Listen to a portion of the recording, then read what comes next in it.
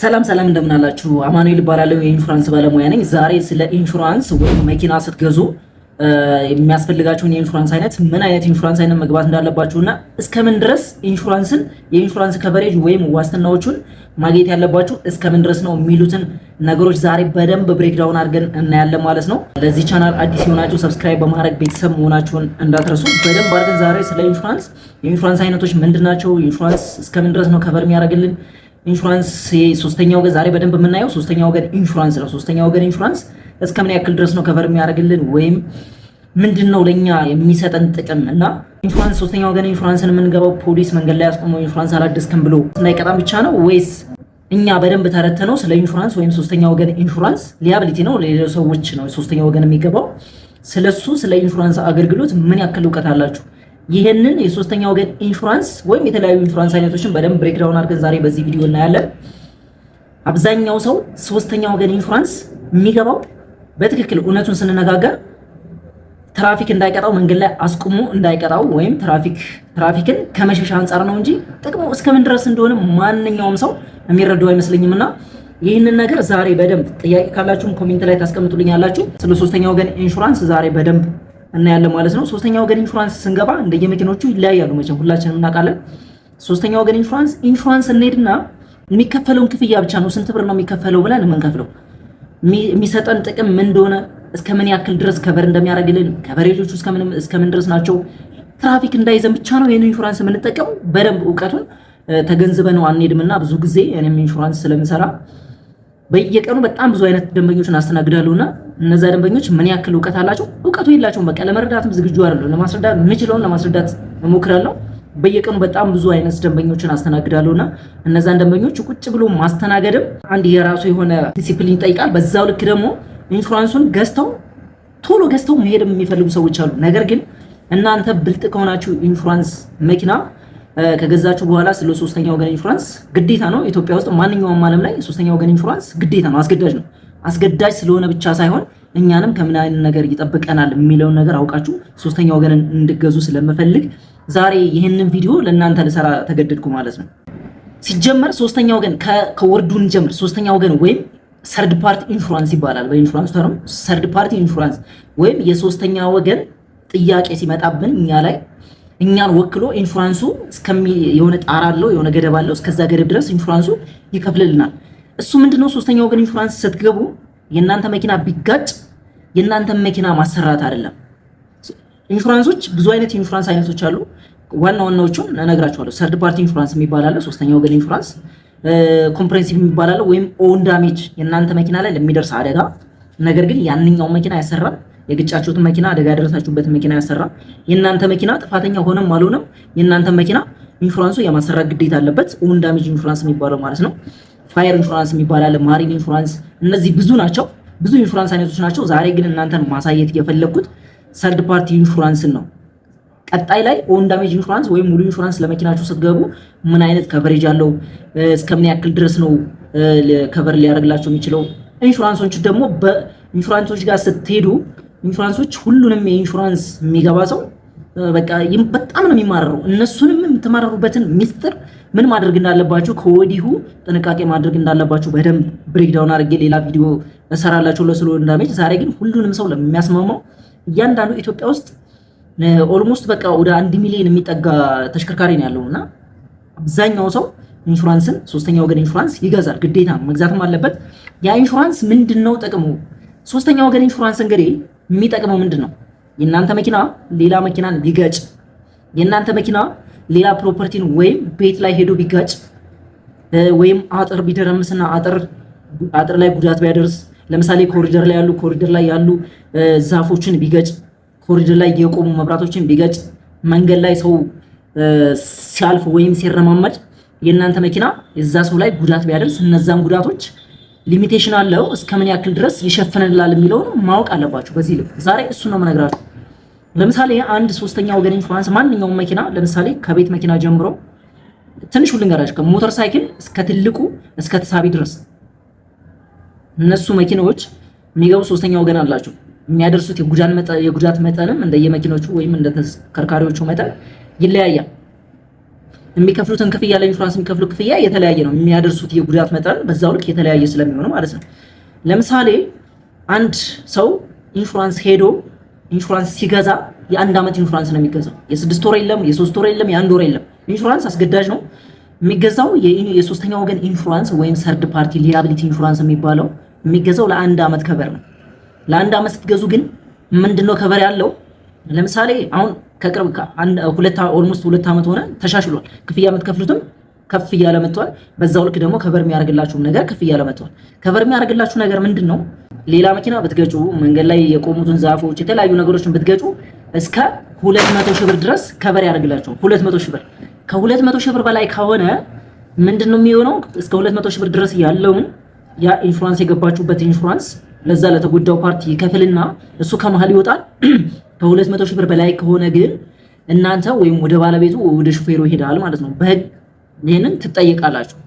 ነገር ግን ኢንሹራንስ ሳትገዙ አንድ ቀን አልፎ ኢንሹራንሱ ኤክስፓየርድ፣ ለምሳሌ ዛሬ ኢንሹራንሱ ኤክስፓየርድ አድርጎ ነገ ግጭት ብታደርሱ ኢንሹራንሱ በፍጹም አይቀበላችሁም፣ ትራፊክም አያሳልፋችሁም። ኦልሞስት ካቻሌ ነው የምትገቡት። እስራት አለው። በዛው ልክ የሚመጣውን ሪስክ ሁላ ለምሳሌ 1 ሚሊዮን ያክል ወይም አነስ እናድርገው 500 ሺህ ብር ያክል ጉዳት አድርሳችሁ ብትገጩ 500 ሺህ ብሩንም ከናንተ ከኪሳችሁ ፍጭ አድርጋችሁ ነው የምትከፍሉት። ማወቅ ያለባችሁ አንድ ቀን ባለፈ ቁጥር እንደዚህ አይነት ብዙ አይነት አጋጣሚ በቀን አጋጣሚ ስለሚያውቅ ማለት ነው። ነገር ግን ያችን ተከታትላችሁ ኢንሹራንሶች አብዛኛውን ጊዜ ይደውላሉ፣ ያስታውሳሉ። እነሱን አስታውሳችሁ እናንተ ያንን ኢንሹራንስ መግዛት አለባችሁ። ኢንሹራንሳችሁ ማደስ አለባችሁ ግዴታ። አሁን ቀለል ስላለ እዛው ቤታችሁ ሆነ ስራችሁን እየሰራችሁ በኦንላይን ስለሆነ የቴሌብር ሪፈረንስ ነምበር በቴክስት ይላክላችኋል። በዛ ቴክስት መሰረት መክፈል ትችላላችሁ። ኢንሹራንሱ ጋር መሄድም አይጠበቅባችሁ። ዶክመንታችሁን በቴሌግራም ይልኩላችኋል። ትራፊኩም አሁን ቸክ የሚያደርገው 7660 የሚባል ኮድ አለ። እዛ ኮድ ላይ ገብቶ ታርጋችሁን ነው ቸክ የሚያደርገው። ስለዚህ እስከዚህ ድረስ የቀለለ ነው እና ጉዳት ያደረሳችሁትን 500 ሺህ ብር ከኪሳችሁ ከምትከፍሉ እስከ 200 ሺህ ብር ድረስ ያለውን ኢንሹራንሱ ይከፍልላችኋል። ከዛ በላይ ከሆነ 300 ሺህ ብሩን መክፈል ይቀላል። ሙሉ ለሙሉ 500 ሺህ ብር ከመክፈል ማለት ነው። እስከ 200 ሺህ ብር ድረስ ያለውን የምትከፍሉት ለፕሮፐርቲ ወይም ደግሞ ለንብረት ነው። ለተንቀሳቃሽ ንብረትም ለማይንቀሳቀስ ንብረትም ህይወት ለሌለው ነገር ማለት ነው። ነገር ግን መንገድ ላይ ደግሞ የሰው ህይወት ቢያልፍባችሁ ከዚህ በፊት የነበረው በጣም የመጨረሻ የወረደ ነበር። የሰው ህይወት በጣም ርካሽ የነበረበት ዘመን ማለት ነው። እስከ 40 ሺህ ብር ነበር ከቨር የሚያደርገው ኢንሹራንስ። አሁን ግን ከፍ ብሎ እስከ 250 ሺህ ብር ድረስ ኢንሹራንሱ ከቨር ያደርጋል ማለት ነው። እጁ ቢቆረጥ፣ እግሩ ቢቆረጥ፣ አይኑ ቢጠፋ ወደ ሐኪም ቤት ይሄድና ያ ሰው የጉዳት መጠኑ በፐርሰንት አለው ዶክተሩ የሚሰጠው ፐርሰንት ማለት ነው።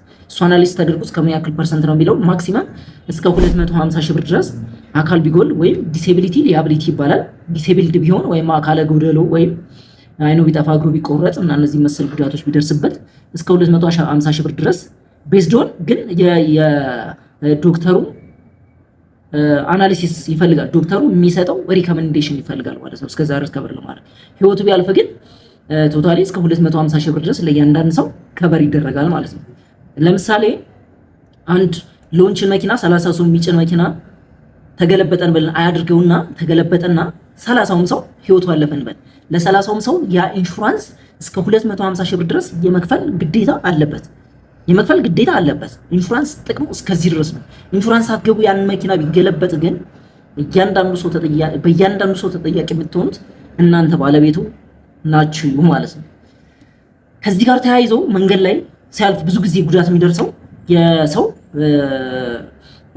ዜብራ ላይ ሲሻገር ሊሆን ይችላል፣ የተለያዩ መንገዶች ላይ ሊሆን ይችላል። ሲሻገር ወይም ሲያልፍ ይገጭና ጉዳት ይደርስበትና ሐኪም ቤት ይገባል። ያንን ሐኪም ቤት የገባ ሰው ኢቭን እናንተ ያ የገጨው ሰውም ባይሆን ለምሳሌ መንገድ ላይ ያየው ማንኛውም ሰው ያንን ሰው አንስቶ ሐኪም ቤት መውሰድ አለበት። ሐኪም ቤት ወስዶ ሲያሳክም ሐኪም ቤቶቹ ራሱ እስከ 15000 ብር ድረስ ኢንሹራንስ ከቨር ስለሚያደርግ በነፃ አክመው እስከ 15000 ብር ድረስ ያለው የማከም ኃላፊነትም አለባቸው። ስለዚህ እስከ 15000 ብር ድረስ የህክምና ወይም ጊዜያዊ ህክምና የድንገታዊ ህክምና እስከ 15000 ብር ድረስ ጉዳቱን ከቨር ያደርግላቸዋል ማለት ነው። ሶስተኛው ወገን እስከዚህ ድረስ ነው ጥቅሙን በደንብ ተረተነው ኢንሹራንስ ምንገባ የተሻለ ስለሚሆን እስከዚህ ድረስ ከቨር ያደርግላቸዋል ማለት ነው። ነገር ግን ከዚህ ውጪ ደግሞ ሌላ ተያያዥ የሆኑ ነገሮችን እንገራችሁ። ሶስተኛው ወገን ለምሳሌ ለሌላ መኪና ጉዳት ብታደርሱ አሁን ኤሌክትሪክ መኪኖች ከተማችን ውስጥ በጣም በዝተዋል። አንድ ስፖኬ ብትገጩ ስፖኬ አይደለም የኋላ መብራቱን ወይ የፊት መብራቱን ብትገጩ ከነ ቦዲው ይጨራመታል አይደለ? ቦዲውንም መብራቱንም በጣም ውድ ናቸው። እስከ 400 500 ሺህ ብር በየቀኑ የሚመጣ ክሌም አደጋ ስለሆነ 400 500 ሺህ ብር ድረስ መስት ነው። በቃ እስከዛ ድረስ ያስወጣል። ለእናንተ ኢንሹራንሱ የሚከፍልላችሁ 200 ሺህ ብር ነው። ዘሬስት ሌላውን ቀሪውን ብር ግን የምትከፍሉት እናንተ ባለቤቶቹ ናችሁ ማለት ነው። እንደዛ ምን አይነት ይሄንን ለምሳሌ 500 ሺህ ብር ጉዳት ቢደርስ ቅድም እንዳልኳችሁ 500 ሺህ ብር ጉዳት ቢደርስ 200 ሺህ ብሩን ይከፍልላችሁና ኢንሹራንስ ከማል ይወጣል። ዘሬስት ሌላውን የሚቀረውን አማውንት ወይም 300 ሺህ ብሩን ከኪሳችሁ ልትከፍሉ ነው ማለት ነው። ይሄ ከመሆኑ በፊት ግን ምን አይነት ዘዴ ያለ መሰላችሁ? ሲስተም ልንገራችሁ። ብዙ ሰው ይሄንን አያውቀው። የማያውቀው ነገር ልንገራችሁ። ሶስተኛው ግን ያንን ስትገቡ ከቨር የሚያደርግላችሁ ለፕሮፐርቲ 200 ሺህ ብር፣ የሰው ህይወቱ ቢያልፍ 250 ሺህ ብር፣ ለህክምና ሺህ ብር እንዲሁም ደግሞ ዲሴብልድ ቢሆን አካለ ጎደሎ ቢሆን እንደየጉዳቱ ታይቶ እስከ 250 ሺህ ብር ድረስ ይከፍልላችኋል አልኳችሁ። ነገር ግን ይሄንን ማሳደግ ትችላላችሁ። ማሳደግ የምትችሉት እንዴት ነው? የእናንተን መኪና ሙሉ ኢንሹራንስ ትገባላችሁ። ለምሳሌ የእናንተ መኪና የቤት መኪና ነው እንበል። ለምሳሌ ኮድ 2 ወር ኮድ 3 ሆኖ ሙሉ ኢንሹራንስ ገብታችሁ የሚከፈለው ትንሽ ነው። የእናንተንም መኪና ሴፍ ታደርጋላችሁ። በዛው ልክ ደግሞ እናንተ በምታደርሱ ጉዳት ልክ ሊመጣ የሚችለውን ጉዳት ኪሳችሁን ሴፍ ታደርጋላችሁ። ኢንሹራንስ ብትገቡ ምን ማድረግ ይቻላል? የእናንተ መኪና ሙሉ ኢንሹራንስ ትገቡና መንግስት የሚያስገድደውን ሶስተኛ ወገን ማሳደግ ይቻላል። ማሳደግ የሚቻለው እንዴት ነው? ለምሳሌ እስከ 500 ሺህ ብር ድረስ የሚመጣብኝን የፕሮፐርቲ ወይም የሌላ መኪና ጉዳት ኢንሹራንሱ እንዲሸፍንልኝ ኢንሹራንስ መግባት ፈልጋለሁ ብላችሁ መግባት ይቻላል። እስከ 1 ሚሊዮን ብር ድረስ መግባት ይቻላል። 700 ሺህ ብር ድረስ ከቨር እንዲያደርግልኝ 1 ሚሊዮን ብር ድረስ ከቨር እንዲያደርግልኝ ብላችሁ መግባት ትችላላችሁ። ስለዚህ ራሳችሁን ሴቭ እንድታደርጉ እስከዚህ ድረስ የሶስተኛ ወገን ጥቅም አለው ማለት ነው። እና አብዛኛው ሰው ግን ከ50% በላይ የምላችሁ እርግጠኛ ሆኜ የምነግራችሁ ኢንሹራንስ እንዳይዘው ትራፊክ እንዳይዘው መንገድ ላይ እንዳያስቆመው ብሎ ነው ሶስተኛ ወገንን የሚገዛው እንጂ ጥቅሙ እስከዚህ ድረስ እንደሆነ አብዛኛው ሰው አይረዳው። በዚህ ልክ ደግሞ ተረድተው የሚገቡ ሰዎችም አሉ። ኢቭን ከኢንሹራንስ ባለሙያዎቹ በላይ በደንብ የሚያውቁ ሰዎች አሉ። ስለ ኢንሹራንስ እስከምን ያክል ድረስ እንደሆነ ጀስት እኛን ሁላ የሚያስተምሩ ሰዎች አሉ። ያላየነውን እይታ የሚያሳዩ ሰዎች ሁላ አሉ። እስከዚህ ድረስ የሚያውቁ ሰዎች አሉ። በዛው ተገላቢጦች ደግሞ ሪቨርስ ብዙ ስለ ኢንሹራንስ የማያውቁ ሰዎች አሉ። ይህንን አውቃችሁ ብትገቡ እናንተን ነው ሴፍ የሚያደርጋችሁና ኢንሹራንስ አትራፊ ነው ትላላችሁ። ሶስተኛ ወገን ኢንሹራንስ ለኢንሹራንስ ኪሳራ እንጂ ትርፍ የለውም። መንግስት ስለሚያስገድድ እያንዳንዱ ኢንሹራንስ ያሉትን መኪኖች መጥቶ እኛ ጋር ለምሳሌ ኢንሹራንስ ባለሙያ ነኝ ብያቸዋለሁ። መጥቶ ሶስተኛ ወገን ልግባ ሲል የተለየ ኬስ ከሌለው በስተቀር አይቻልም ማለት አልችልም። በቃ አስገባለሁ። እሱ የሚያመጣውን ጉዳት ሁላ ከቨር ለማድረግ በኢንሹራንሱ በኩል እኔ ቢሃፍ ኦፍ ኢንሹራንስ ሆኜ እኔ አስገባዋለሁ ማለት ነው። ኢንሹራንሱን ወክዬ ኢንሹራንስ እንዲገባ ማድረግ አለብኝ ማለት ነው። ኢንሹራንሶችን መንግስት ስለሚያስገድድ ሶስተኛ ወገን ኢንሹራንስ ይገባል ማለት ነው። ሶስተኛ ወገን ኢንሹራንስ ለኢንሹራንሶች ኪሳራ ነው። ለምሳሌ የ50 መኪና የሚሆን ብር ከሌሎች መኪኖች ሰብስቦ አንድ መኪና ወይም 2 መኪና ግጭት ካደረሰ ከዛ በላይ እጥፍ ኢንሹራንሶቹ ያስወጣቸዋል። ነገር ግን ኢንሹራንሶች አትራፊ የሚሆኑ የተለያዩ ቢዝነሶች አሉ። ማሪን ኢንሹራንስ፣ ፋየር ኢንሹራንስ የሚባል አለ፣ ፐርሰናል አክሲደንት ኢንሹራንስ የሚባል አለ፣ ማሪን ኦን ዳሜጅ ኢንሹራንስ የሚባል አለ፣ ብዙ አይነት ኢንሹራንሶች አሉ። ብዙ እንዳልዘረዘርባቸው ብዙ ኢንሹራንሶች አሉ። ከነዛ ከተለያዩ ነገሮች ነው የሚያገኘው እንጂ ኦልሞስት ከነዚህ የኢንሹራንስ አይነቶች እንጂ የሚያገኘው ከሶስተኛ ወገን ኢንሹራንስ ብዙ ጊዜ አትራፊ አይደለም። በዚሁ እንድትገነዘቡ ስለምፈልግ ማለት ነው። ይህንን ቪዲዮ ይጠቅመዋል ብላችሁ ለምታስቡት ሰው ሼር አድርጉለት። በእውነትም ደግሞ ይጠቅመዋል፣ በእርግጠኝነት ይጠቅመዋል። ስለዚህ ሼር አድርጉለት። እናንተም ሴቭ አድርጋችሁ አስቀምጡት። ይህ ቪዲዮ የሆነ ሰዓት መኪና መግዛታችሁ አይቀርም ወይ ቤተሰብ መኪና የሚገዛ ይኖራል። ይህንን ነገር እንዲረዳ ብስልኩለት ጥሩ ነው ማለት ፈልጋለሁ። ከዚህ ቀጥሎ ሌላ ቪዲዮ ሰራላችሁ በኦን ዳሜጅ ወይም ሙሉ ኢንሹራንስ መኪናችሁ ላይ ለሚደርስ ጉዳት ከቨሬጁ እስከ ምን ያክል ድረስ ነው ከቨር የማትደረጉበት ወይም ካሳ የማትሰጡበት ካሳን የምትከለከሉበት ምንድን ነው የሚለውን ነገር በደንብ ብሬክዳውን አድርጌ እነግራችኋለሁ። ስለዚህ ሶስተኛ ወገን ግን ኮሜንት ካላችሁ ኮሜንት ላይ ጻፉልኝ። እሱንም በሌላ ቪዲዮ መሰራላችሁ ይሆናል። የዛሬው ቪዲዮ እዚህ ላይ ያበቃለሁ። አመሰግናለሁ። መልካም ጊዜ